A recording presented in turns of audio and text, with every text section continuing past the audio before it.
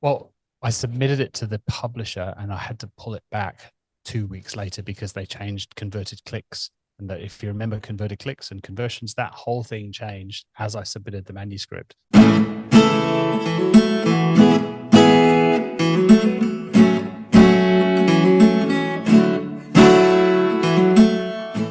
If it's cool with you, I'd like to kind of talk last bit here just about like Web Savvy and who you guys help, how that works. Like for those of you guys who don't know, Mike has one of the coolest Google Ads agencies on earth. I'm sure he's up to a lot of other stuff too, because most of us serial entrepreneurs are. But I'd love to hear a little bit about the agency, who's like the kind of a good fit for it, and really anything else you want to add. Yeah, sure. So there's two main businesses. There's Web Savvy, which is the done for you side, and we focus really on paid acquisition. So we've stuck to our knitting. We've never gone off and done SEO like you said before. Excuse me. We've never built apps or websites. It's paid acquisition. The bulk of that is Google, but we do some Facebook and Pinterest and TikTok stuff these days as well. Who's a good fit? Someone already spending on Google Ads, someone that already knows that Google Ads can work well for them, or Facebook ads. Typically sort of already spending 10 grand a month and up. Our sweet spots for sort of like 10 to 200 grand a month. We have some clients that spend more than that, but then ultimately you're probably going to get to the point, if you're spending $1 million a month, you're going to sort of start heading towards the point where you want that capability in-house and you're building your in-house team. And it's very, very important to the business at that point. You don't generally want an agency. We'll then consult to those businesses. We'll train up their team internally. I'm doing a lot of GA4 training at the moment for internal teams. Generally e-com, but we do have a stack of lead gen clients as well, but we're sort of 75% e-com, I would say. The other business is agencysavvy.com. So websavvy.com.au, because we're down here in Australia. Agencysavvy.com is where we teach other agencies to do what we do. So lots of Google Ads courses. Basically, the first time I did the book with Perry, I'm like, I've just created all this content that's going to be out of date. It was literally out of date before we went to print, or a couple of chapters were. Isn't that wild? Well, I submitted it to the publisher and I had to pull it back 2 weeks later because they changed converted clicks. And that if you remember converted clicks and conversions, that whole thing changed as I submitted the manuscript. I had to pull all that back, rewrite 3 chapters, submitted that again. And then, books take a while. It was 9 months or something before the book actually came out. 3 other things have changed by then. So I wanted a way to keep people up to date that loved the book, but weren't relying on that. You mentioned Isaac before. Isaac's got a fantastic course. He's an absolute gun. Pat Gilbert, who works with him, is wonderful as well. There's a few of us out there doing training. I've just always loved teaching. I've discovered along the journey that I'm teaching. I'm quite good at taking complex shit and simplifying it, make it easy to understand. So that's a gift. That's what I love to do. I've Love it.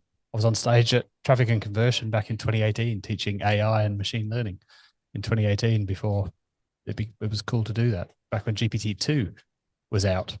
And now everybody's like, oh, we're an AI expert because we played with ChatGPT for 3 minutes, but that's a whole other story. We won't go there. So who's a good fit for that?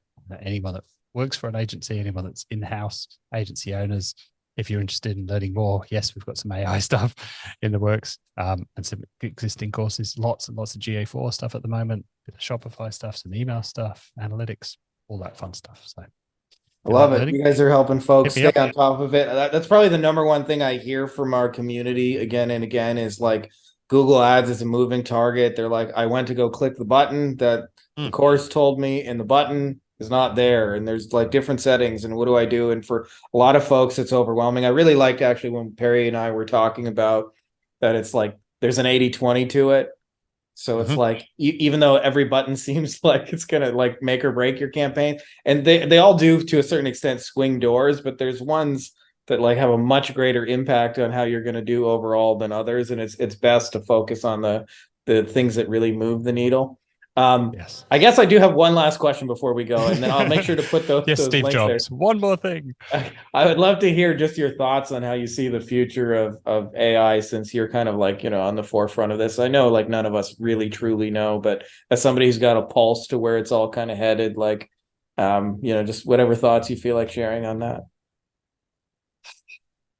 I worry that at the moment it's overhyped. It's been bubbling away and building and building and building since 2012, 2013 was bit of a tipping point, and then AlphaGo 2016, that was another sort of big inflection point.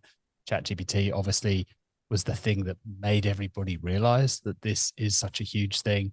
And if you've played with some of the image stuff, I wasn't massively blown away by DALL-E early on, but Midjourney version 5 is like so crazy. So yes, it changes everything, but at the same time, there's a lot of stuff that won't change, right? I've been saying for years and years that it won't replace entire jobs, but it will replace many of the tasks that we do. I might be wrong in hindsight with that one. There are going to be some people whose whole job is replaced, but you still got to like stitch all these bits together for now.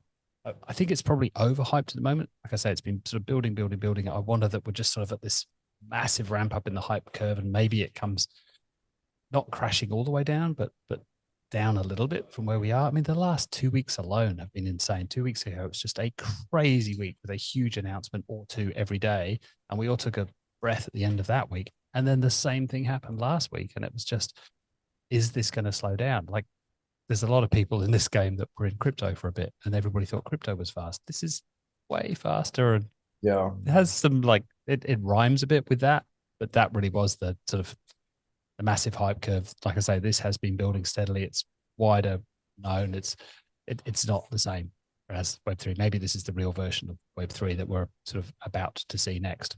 Yeah. I see a lot of people scared of it, which I think is understandable, but at the same time, get over yourself and start playing with this, start experimenting, start understanding what it can do.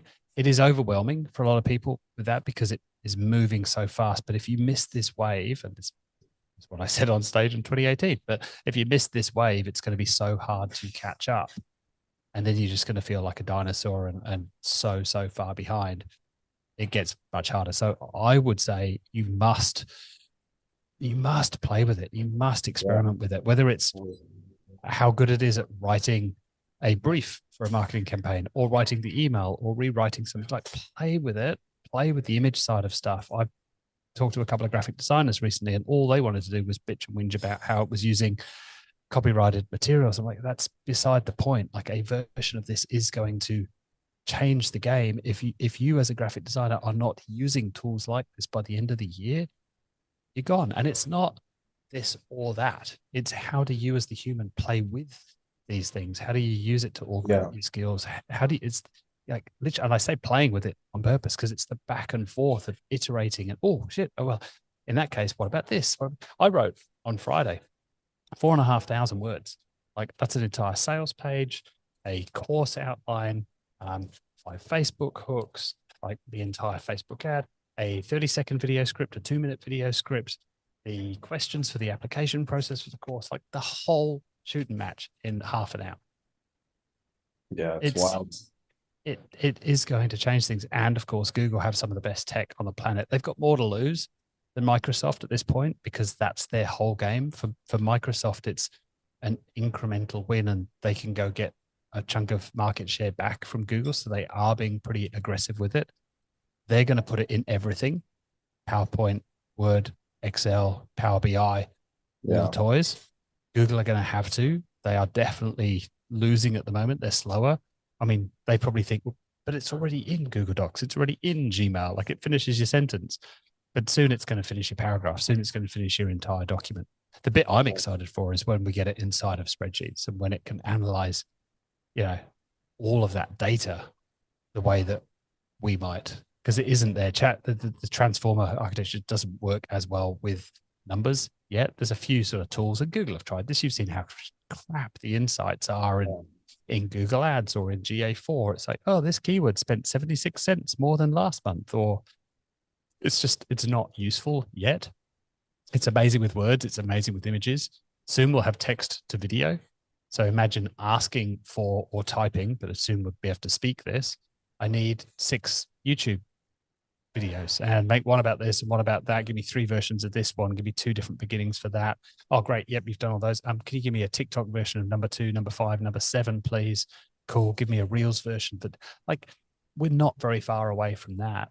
So it's back to like, let's bring it full circle. It's back to where you started. It's back to the strategy of this, of what do you want to achieve? What's important to the business? And which of this plethora of Lego pieces do we want to use to build the things Love that that we need analogy. in our own businesses? Yeah, love that analogy. The Lego building, especially too, because I think you and I are old enough to remember. Like I remember like the first landing page I ever built. Like it was a real pain in the ass to build a landing page. Like it was not. Yeah. It was not like a straightforward thing. Now, like now I can create a landing page in 30 seconds. It looks beautiful. It converts. I click 2 buttons and like, there's 18 different softwares that do it, but it's not like the landing page design business has gone away. It's just gotten faster and more efficient and things like that. So I'm with you that I don't think it's anything to be scared of. Hey guys, if you like this video, you'll probably also like our free Facebook group, Beyond Agency Profits, Agency Lifestyle Design. You can get free copies of the book inside here. I look ridiculous. We're doing weekly Q&As, giving answers to all your questions. Some of the best, smartest, brightest people. We've got lots of industry leaders doing 7, 8 figures and beyond. It's a literal who's who of the brightest agency owners that I know, as well as lots of tips on scaling and stuff, books that work. So if you're not already part of it, you're going to want to be part of it. So make sure to click the link. I put it in the description of the video as well as in the pinned top comment below. So just scroll down and you can join, and it's totally free.